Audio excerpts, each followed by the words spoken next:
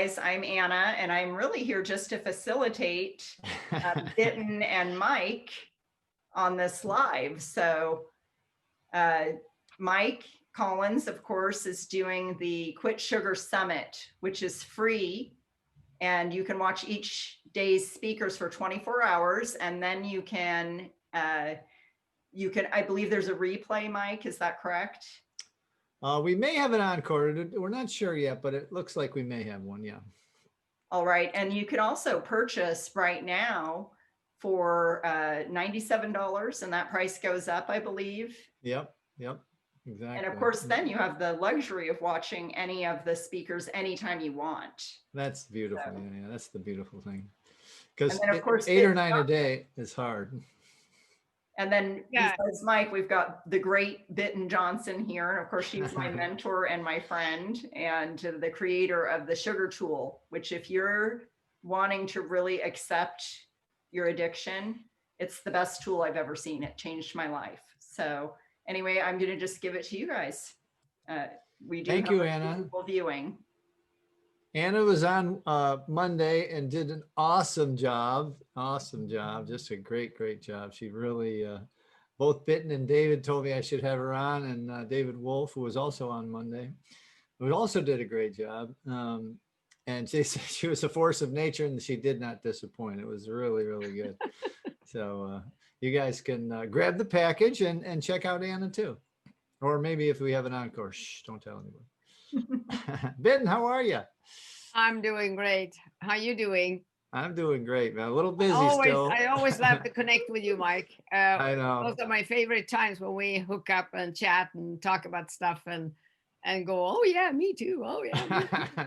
Well, I mean, we have like running parallel lives. I think we've both been sober right at 35 years and sugar-free like almost that time. And, you know, it's just, and studying addiction in a deep way all that time and really fascinated by it too. And that's the interesting part because I think now, and the summit's proving it out year in and year out that people have got to pay attention to this as a real addiction. And you're, and I often quote you as you're on today with, or tomorrow with Dr. Robert Lustig and you, like 1-2. And that's like, the guy who's like bringing all the science of the body and the person who's probably my constant moniker for you, which is probably the most advanced sugar addiction educator in the world.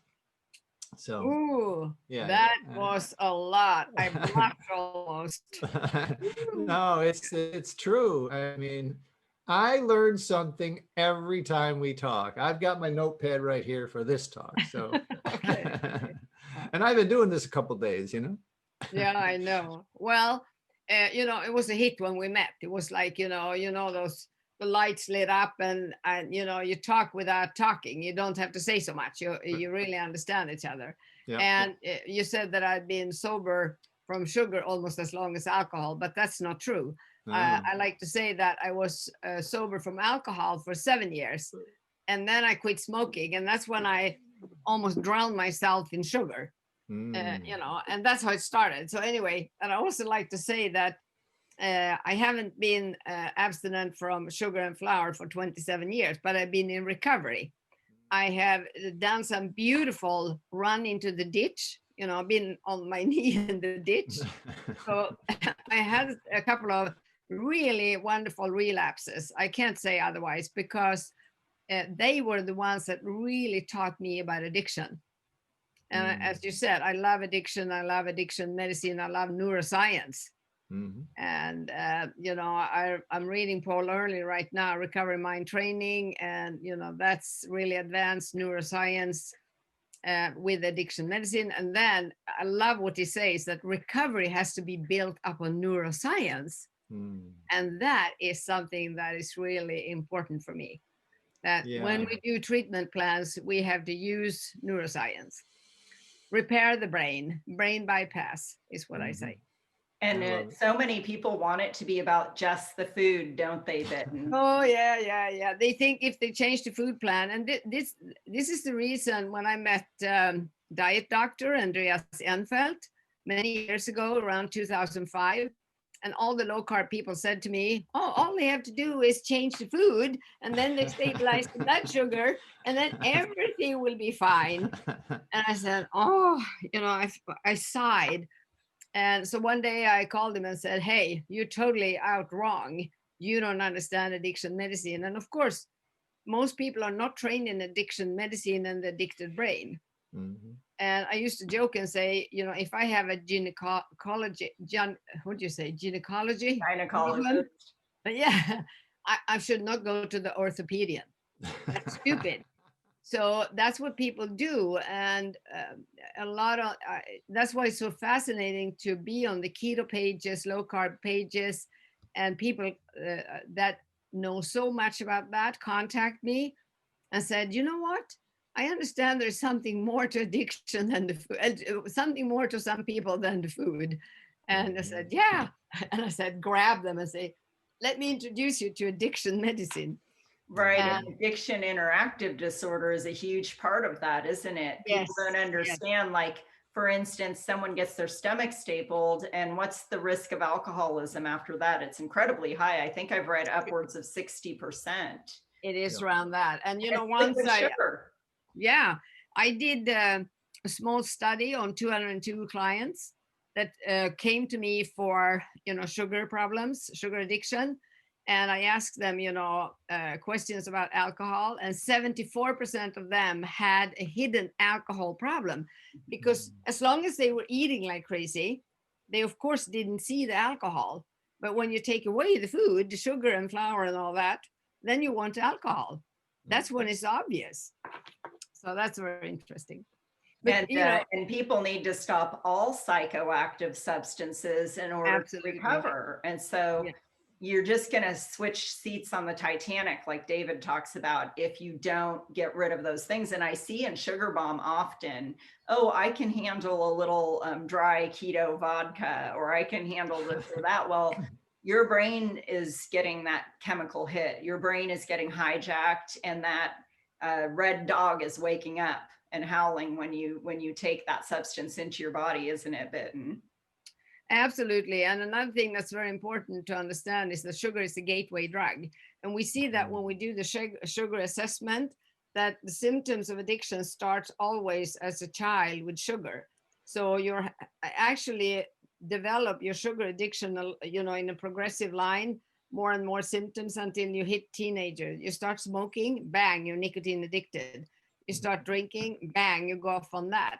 And then your illness is progressing. So you start having a lot of problems, loss of control, binge eating, volume eating, restriction, starving, excessive exercise. And the risk is extremely high that you develop process addictions. So, which a lot of people call behavioral problems, but I call them process addictions, because they can become addictions. And, a lot of people say, well, I stopped eating, I started shopping. When I stopped eating, I started gambling. I mean, dopamine does not discriminate. Pardon me? I said dopamine does not discriminate. It doesn't care. Really. It doesn't care how, the brain doesn't care how it gets it. No. Exactly. And so, you know what, if you guys want, I can do share screen and I can show a really interesting sugar curve real quick. Absolutely. Go right. Hang on just a second. I'm just going to ask Mike a question too today. I have a question for Mike. Okay. All right. I'll just show this very briefly. So this is one of my most severe clients. And you can see here, she has all of these are symptoms. Show them age. The age line is at the bottom, Anna. So right. And so the first symptom is at 3 years of age. And that's just that she can remember. So yeah. And then you can see she went way down here, and you can see she flatlined here with bulimia and gorging and drugs and that looks relationship addiction. Yeah. And then the day before I met with her, and she had been eating no sugar, no flour for some time. So she wasn't collecting food symptoms, but look at all the interaction disorders. The day before this sugar, she gambled away $800. Now she's never gambled again since this. Yeah. Because this showed her patterns of behavior around the dopamine, how the dopamine was controlling what she was doing. so that she could feel something, she could change the way she felt. So I'm not going to keep this up any longer. I think it's pretty self-explanatory, but you can see when she flatlined, it was because of chronic dieting, drug addiction, active drug addiction, and gambling and relationships. So this is the way it looks. And also it's not, just changing the way you feel. It is treating the symptoms that are due to the drug. So you're actually trying to deal, you think you eat because you have a lot of emotional problems, but the problem is the emotional problems is due to the drug because it has rewired your brain in a very sick way. So you're trying to cure the detox withdrawal symptoms with eating more, which of course going to make you feel worse. So that's why I say you have to treat the brain, not the drug.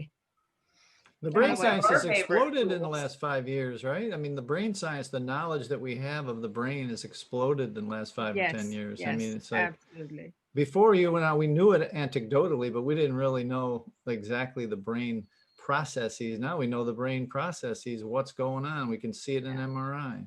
But a lot of it is kitchen table wisdom, isn't it? Like, don't try to do everything. Don't try to be superhuman. Just simple little things like stop and breathe, stop and smell the roses, practice gratitude. Use Anna, do you have? This is our favorite. Mike, we need to get you one of these. I've read that guy's book and I loved it. Yeah. He says, don't eat with your nose. Why would you eat with your mouth? Right. Yeah. And people don't understand that when you breathe through your sinuses, you actually release nitric oxide. You make nitric oxide, which makes your blood flow go into your metabolism. So your metabolism increases. So these people that have broken metabolism, part of the solution is breathing through the nose, and they don't want to do it. They just want. Did either one of you guys or both of you guys use the tape at night? Yes, every night. Yep. I don't live without it. Wow. Love it. Listen, I've had. If I fall asleep, I forget it. Yeah. Pardon me? I have 3 kids and I don't get up in the middle of the night to use the restroom. I sleep. No, not me either. And if I fall asleep without, miss it, very rarely. I'm much more tired the day after. And you talk about science. One of the only studies ever done on women only was a sleep study that shows that when we don't sleep soundly at night, we will eat 300 to 600 more calories a day. I believe it. So you want to get rid of your cravings, you better prioritize sleep. Take the TV. And sugar makes you overbreathe. And the most dangerous thing is overbreathing because you don't get enough oxygen because the air is going in and out too fast. So overbreathing is stressing your body tremendously. It's an incredible stress. Mouth breathing too. And you're too many breaths a minute. Yeah, absolutely. Your cells make less with less mitochondria. That means less metabolism. Absolutely. And you age faster when your mitochondria is not on tip top. I love that guy's breathing book. That I do those exercises. I just wrote it down. I'm buying that the thing you guys got around your neck, and just so the people that know what the hell we're talking about, this guy is a breathing expert. Maybe you want to give his name or something. Anders Olsson, consciousbreathing.com. Okay. I have posted that in Sugar Bomb many times. And you should have him on your next summit. I absolutely will. I put you two in touch, Mike. Okay. Yeah.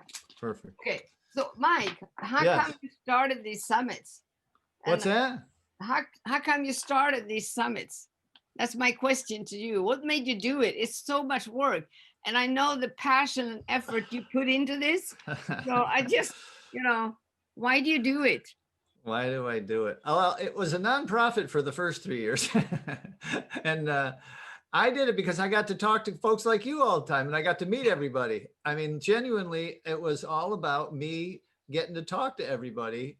And in the early days, I was able to do that. I was able to talk to everybody for an hour or whatever. Excuse me. Bless you. And so I mean, it was just, and now it's 200 speakers in, and I've enjoyed every single minute of it. And I get a different perspective. I think there's a lot of people talking about this, and I think you guys understand this. And in the early days, I was, and like you guys, working more with late stage food addicts and understanding that people that were 200 and 300 pounds overweight and had a bariatric and, you know, losing limbs and going blind and stuff. And over the years, I've softened a little bit and really, you know, I think I found a skill set in the internet stuff is that I want to reach more people that have harmful use. You describe it as harmful use and also as harm reduction, you know, where people, they may not be food addicts. I mean, they may just need to cut way back or quit, you know? And so I want to expand it to both groups. And that's why we keep having them on like that. And so I just, like I said, I mean, I think of myself, I don't know if you guys remember Johnny Carson, but I always loved Johnny Carson. And I always liked the idea of, you know, talking with people, a new person all the time and being the interviewer. And also I like the idea now, which we've come because we got kind of big, is bringing the new folks on, the Annas and the Davids and the Shuns and all of the new folks that are coming along. The Unwins. Yeah, the Unwins and you know, Unwins are famous in Great Britain, but nobody knows about them here. And it's just, I love having that happen because it's kind of growing, to be honest with you, with the sugar world, the awareness that folks are going through. So that was the genesis and what's going on now. And I'm just, I'm excited to keep it growing. And we've gone to 2 times a year now. We're going to do January and September. So it's, you know, we're just going to keep on rocking.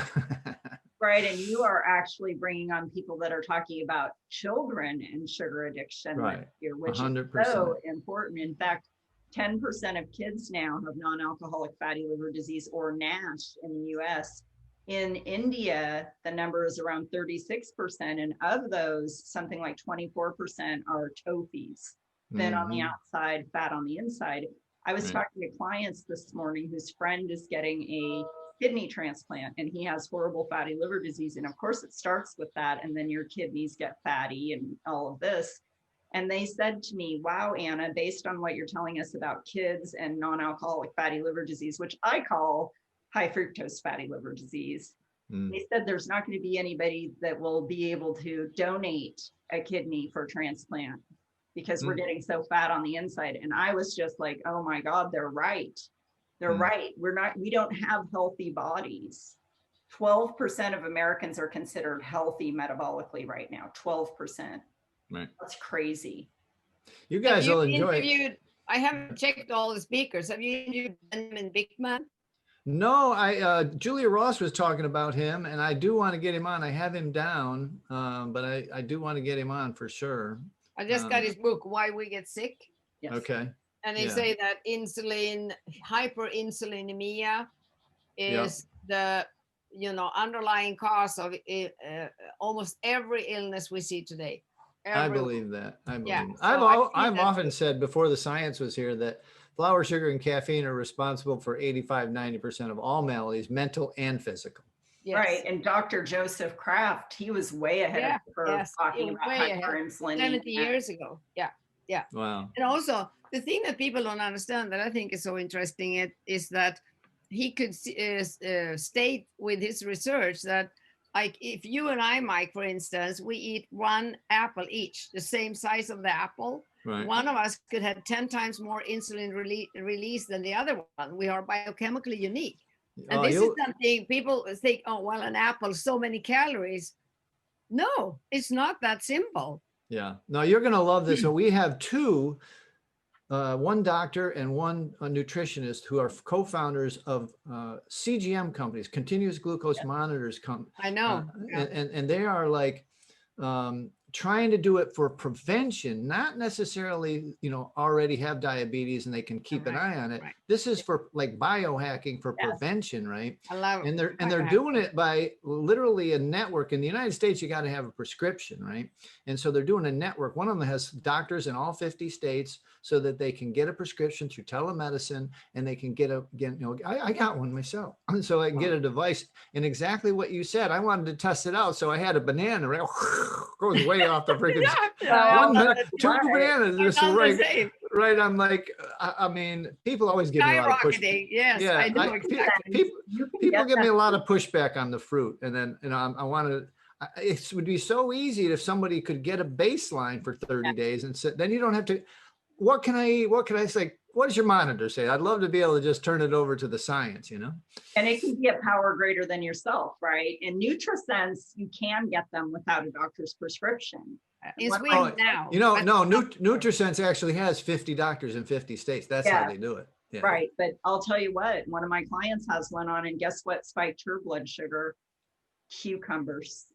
Well, I believe we are biochemically as our fingerprints. We are biochemically unique. But you know, Mike, another thing, that's what I love that you are, because I always said, you know, okay, we always work with the late stages, but they are a very small percentage of everyone that is ill today. So if we don't do anything about a big group, it's going to be a lot of those. And as you know, I've been working with thousands of clients for many, many years in treatment. I know they are very, very, very difficult to treat. Yeah. It's not a good prognosis on those, I'm sorry to say, because their body is very broken.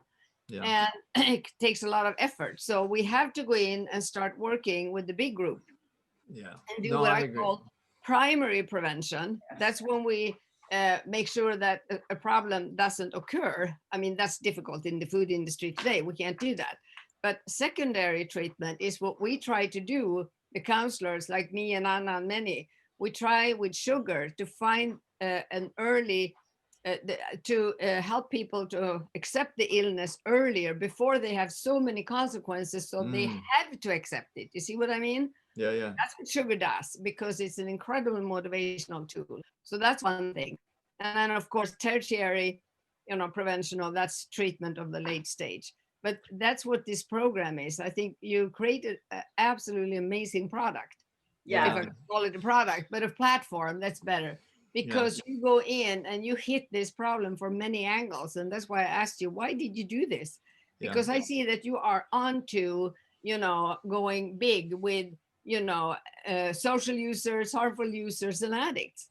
Right. So I'd like to congratulate. We got some great demographics. I mean, all three of us know that a lot of the folks that reach out for help are women between 40 and 70, right?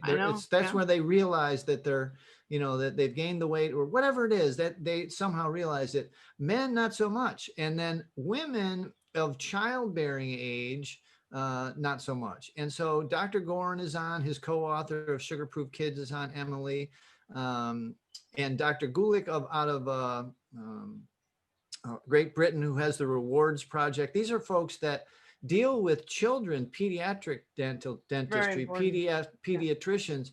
And until we bring that demographic lower, we actually have a young woman who's 22 years old who has a pretty good sized website these days helping young people get off sugar. Right. So it's really, it's like bringing those demographics down, I think, is an important role in the summit, you know, because I mean, it's nice that people realize it in their 40s and 50s, but like you said, it's way too late. It's an emergency. It's literally an emergency. And part of it is language, right? We used to call diabetes sugar diabetes. Yeah. Now we have, or just plain sugar syndrome, right? Sugar illness. People used to understand that you don't snack between meals, you know, and then our guidelines said, hey, you need to eat small, frequent meals so you can keep your insulin up. And we know now that many doctors are seeing and believing that hyperinsulinemia is diabetes. Those skinny people running around with hypoglycemia, they have hyperinsulinemia. They are already on their way to being diabetic, and they just don't know it. And so I think it's language a lot too. The pre-diabetes numbers are so much higher. The pre-diabetes numbers, and most people do not know they have it.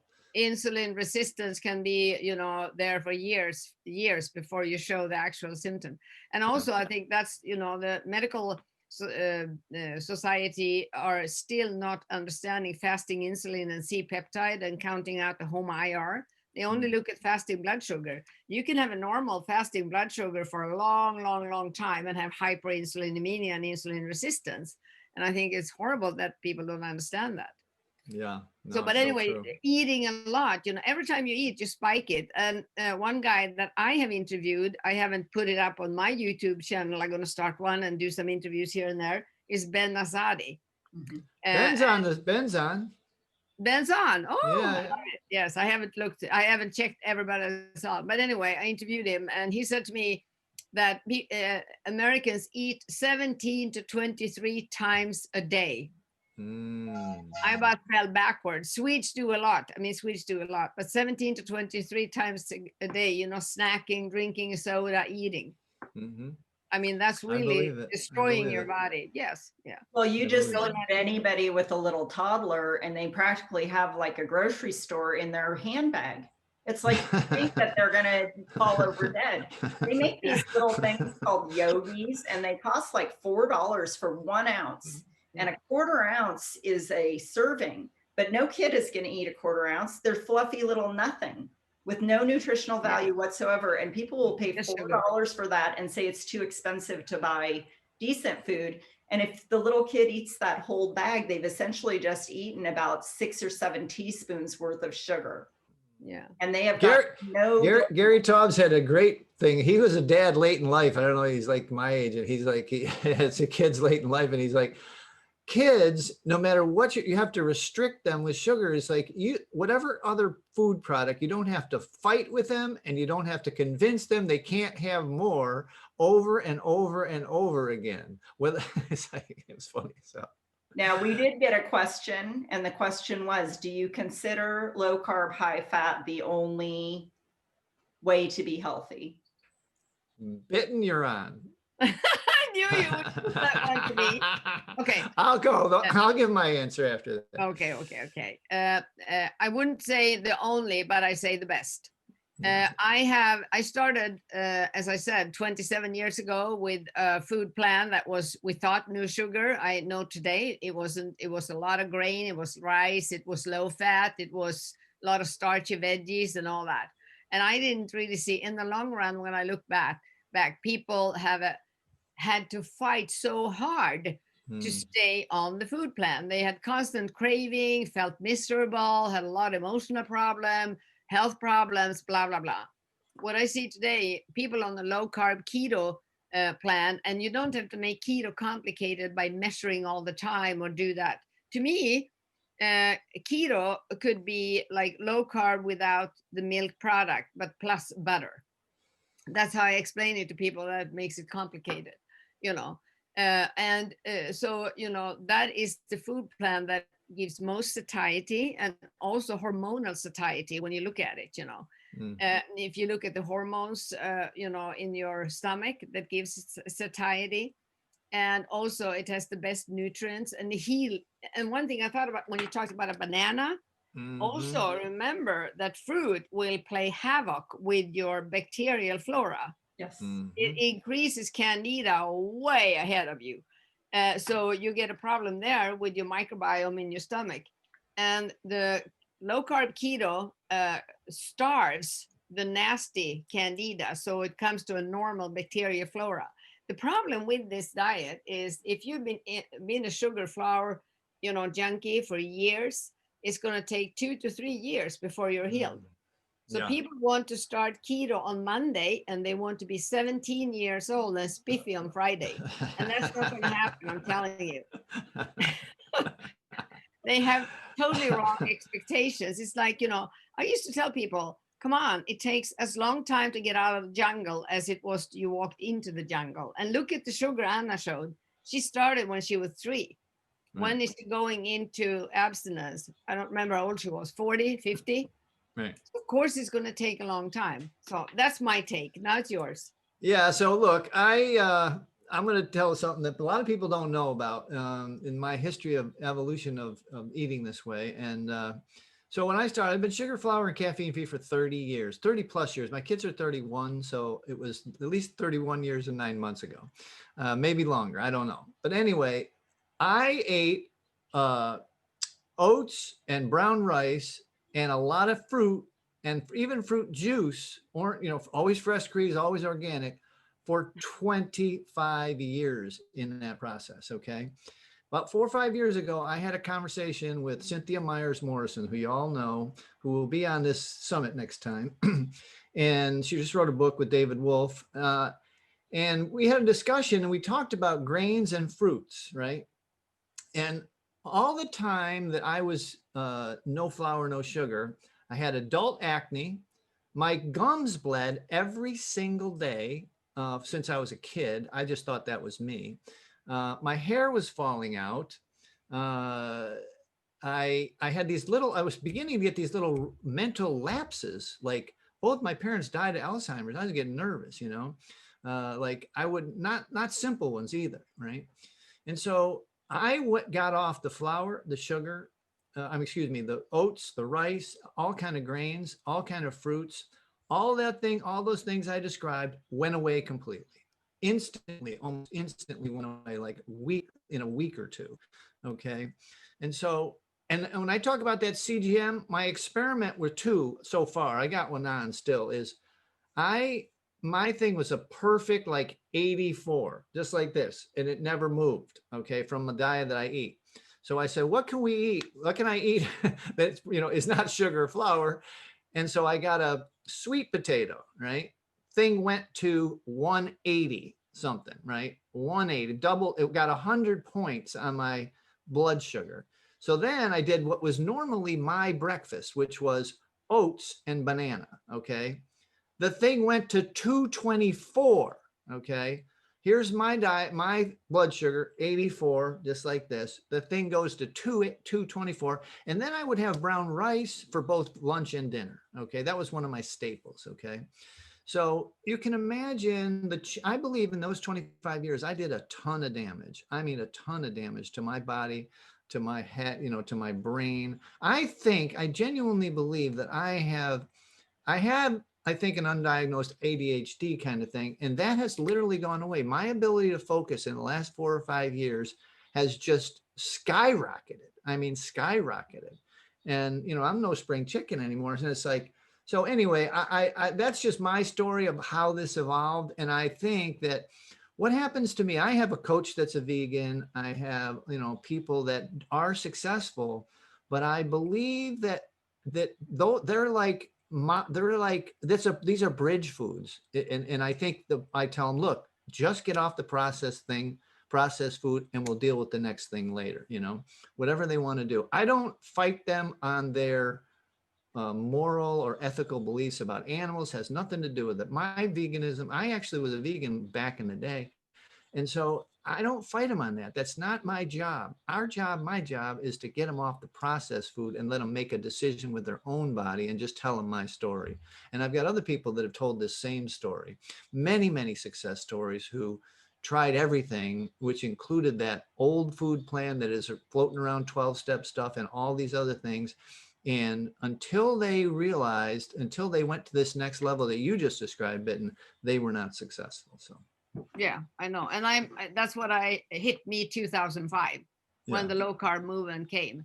But in the beginning, I was eating way too much whipped cream, sour cream, cheese, and all that stuff. Yeah. And I realized I had to take away that too, because that triggers insulin release tremendously in a lot of people. Yeah. So, and I had the same food plan in the beginning. That's why, when I had the rice and the grains and all that, I count that as sugar, because starch is sugar to me. So I wasn't really sugar free in the beginning, actually. The fruit is sugar to me. So, that's why I can't say that I was 100% sugar flour free, all these years. Yeah. The thing is that I have done an adaptation, and I have tweaked it, all the time more into a really low carb keto. And the more I've tweaked it, the better I feel, the less any symptoms I have with my stomach, with everything. Right. So, and the energy, that's what I think is so fascinating. The energy is, as you say, focus energy, like this, steady state all day long. Yeah. I do want to say something though, real quick, about being a vegan. As a primal trained health coach through Mark Sisson, I want to talk about stunting. There are studies proven that when they give one egg a day to pregnant women in one group and the other women don't get any animal protein, the baby's brains are huger. Brains have lost grams by grams we are down since the advent of agriculture. And in the past 100 years, children's brains are smaller since 1980 food guidelines. And this is because protein is a building block of life. Animal protein is a building block of life. And in no time in history has the vegan diet been a way of life for anyone. People always ate dairy, eggs, some form of animal protein. And animal protein has vitamin B12. And you want to talk about memory loss, and you want to talk about sarcopenia, and sarcopenia means wasting away of the muscles, and it is the #1 predictor of death among elderly people. That's when you see grandma and you say, oh my gosh, she's looking frail. I'm 55 and I have muscle. Okay. The gun show, the gun show. Because I eat things that I'm supposed to eat. We don't have the digestive tract of a ruminant, so it might be unpopular, but I think veganism is a dangerous way of eating. And I totally agree. More questions. So one of them was the difference between inflammation and I don't know if they were talking about visceral fat, but they're talking about abdominal fat. So I'm going to say yes. And so quickly, just to answer that, those are the same thing. If you can't have visceral fat and not have inflammation. That's a sign of inflammation. That's true. That's true. They got to listen to Belinda Fetke on Friday. She's talks about the history of how the American Nutrition Society was a society of nutritionists was founded by a vegan, and how the influence she had on it, and that vegan was related to Kellogg's, right? Yeah, Kellogg's and the Seventh-day Adventists, and it's just amazing. It's an amazing history story. But they didn't want people to want to have sex, and so they. That's right. They thought it was dirty, and they thought it was dirty, and they thought it was that eating animal products promoted or something. And they actually recently did a study in Loma Linda of vegans and vegetarians compared to people in Loma Linda that ate like a little bit of fish and more of a pescatarian diet, and the men had lower testosterone. And just look around at the PCOS in young women, which causes infertility, and look at the young men with mammary glands. We're not even going to need birth control because they're not going to be able to procreate. This is dangerous. It's dangerous to play with. And I have, for many, many years, I refuse to take on clients that don't change a vegan diet. If they come to me and want help with sugar addiction, I said, and they tell me they're vegans, and I said, I'm not going to help you. Go somewhere else. I've been very firm with that for many, many years, because you can't succeed. There's no way you can succeed in the long run. Right. I used to call it, if for a brief time, it's like holding a Pilates ball under the water. It's going to pop you up in the face sooner or later with all the things Anna said. So, and then we that's my take on it. Questions about, I'm thinking like the artificial sweeteners. Somebody mentioned Diet Coke. Someone else mentioned, and I think they're talking about more like your stevia, urethral, that kinds of things. Briefly, what's your opinion on that, guys? Is there a question on that now? Yes. Oh, okay. Well, many of us used, stevia and something like that in you had a transition time. Is that what you said, Mike? Yeah, bridge time. Yeah, bridge time. That's a better word. Thank you. I did too. But I think that, it keeps your sweet tooth. That's one thing that's a problem, because you want everything to taste sweet. So what you're going to see is that you start adding it to more and more stuff all the time. That's what people do. I've noticed that. And also, I think it has, not a good influence on your microbiome. And I also think, the interesting thing is that when you look at food, your insulin starts releasing. So if you look at something that look like a keto dessert or, bread-like stuff in the keto world, a lot of people binge on those things, which, is not very healthy.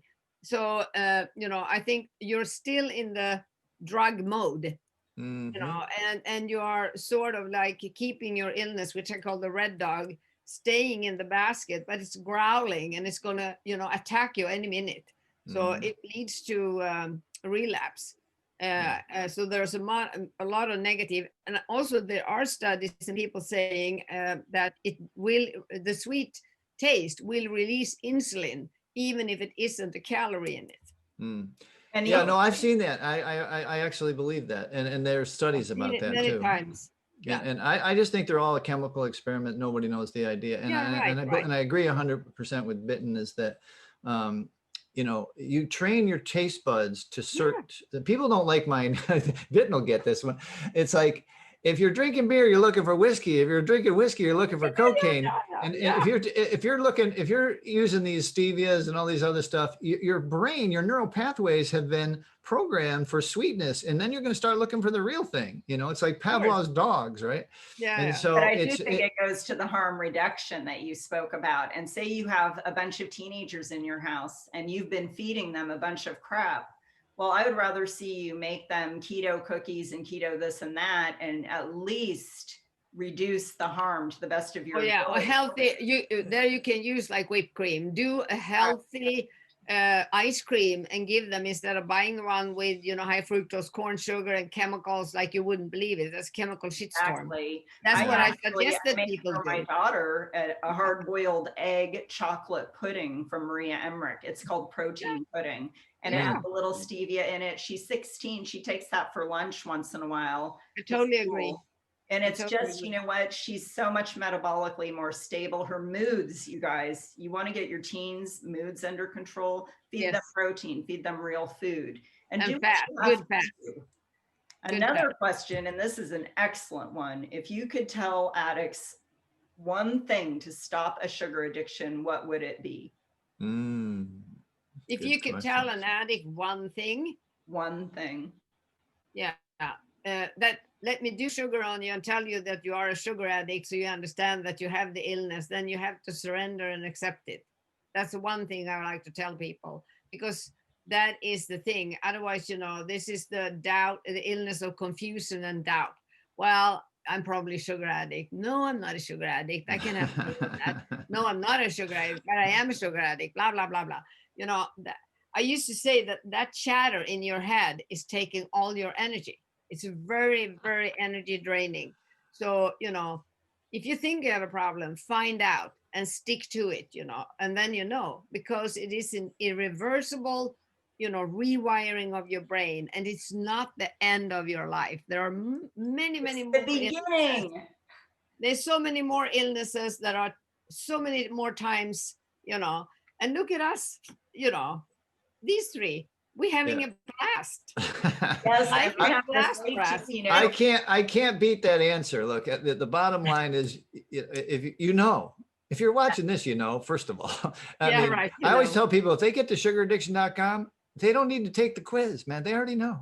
It's like internally, you know, right? There's something about it though, Mike. Let me do a sugar on you.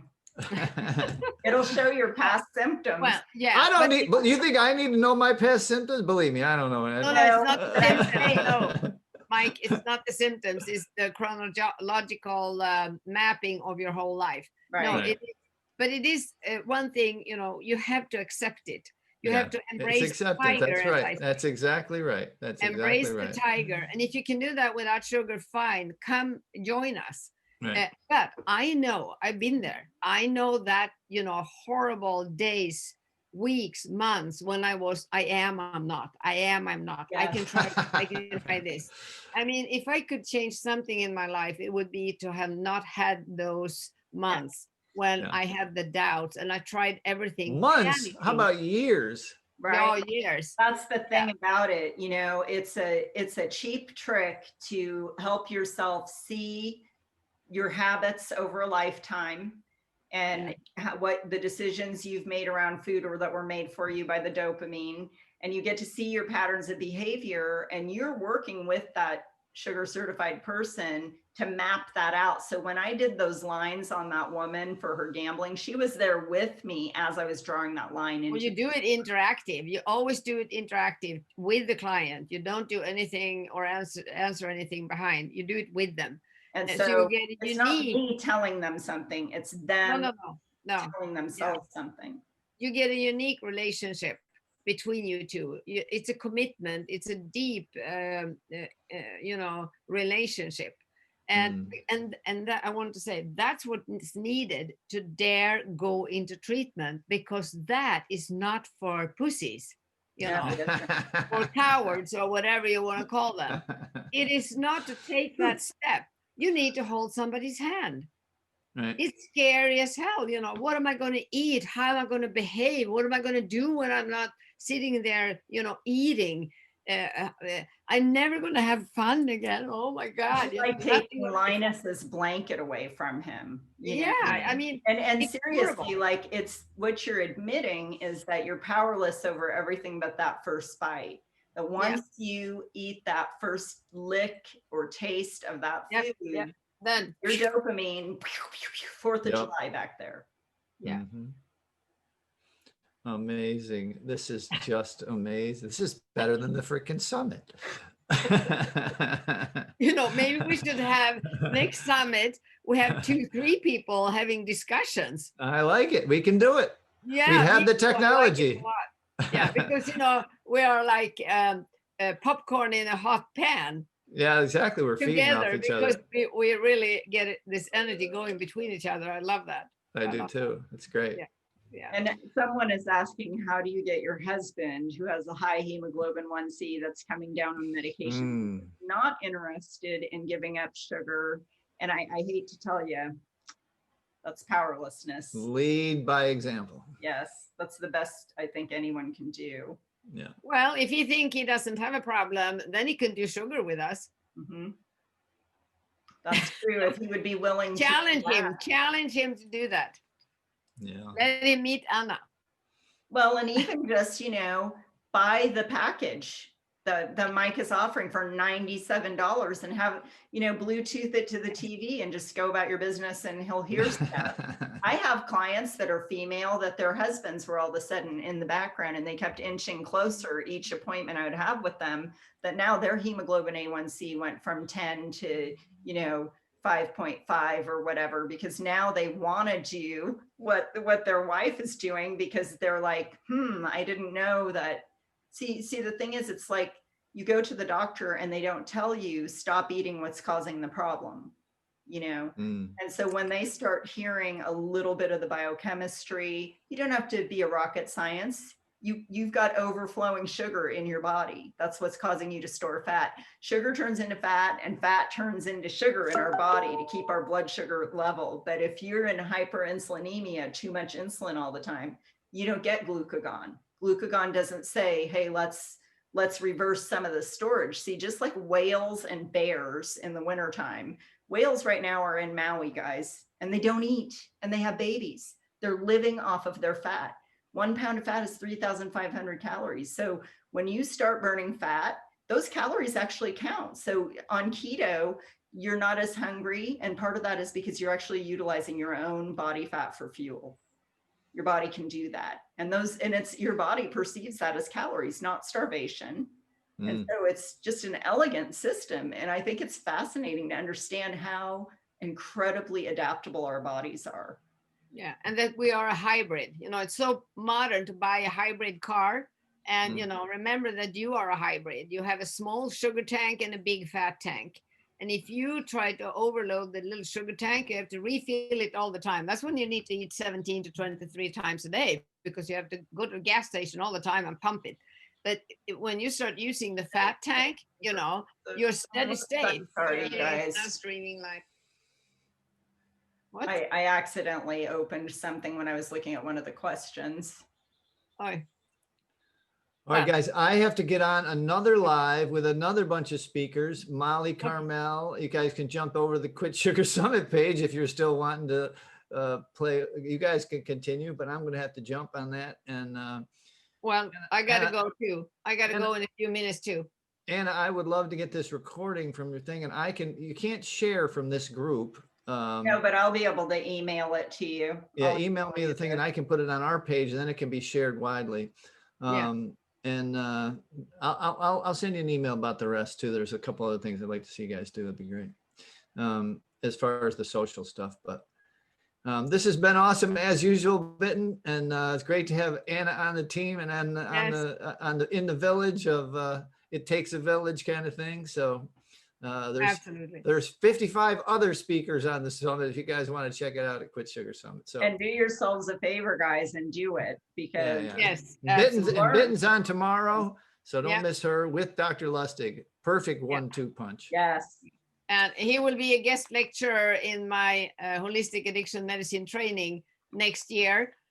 He and some other very, very interesting lecturers, I'm saying.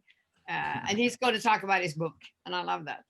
Yeah, his new book, Metabolic. It's Yes, I what a great name. Metabolical is. Metabolical. Yeah, there you go. Yeah, I love his sense of humor too. Yeah, me too. Me too. Yes. Yeah. Wolfram, his guy came up with that. The president, the founder of the hypoglycemia, came up with that name, and he's on the summit too. That's Oh, awesome. good. Yeah. Okay. Beautiful summit, Mike. Wonderful work. A huge warm hug to you. Yeah, thank see you you, so Anna. much, guys. Yes, We'll thank see you you guys. both for your belief in me and giving me a chance to get my voice out there too. I think, it's going to take an army of people. It's just started, baby. It's You just rock. getting underway. Just getting underway. Yep. You're here in plenty of time. All right. Have a great Okay. day, guys. Yeah, All right, you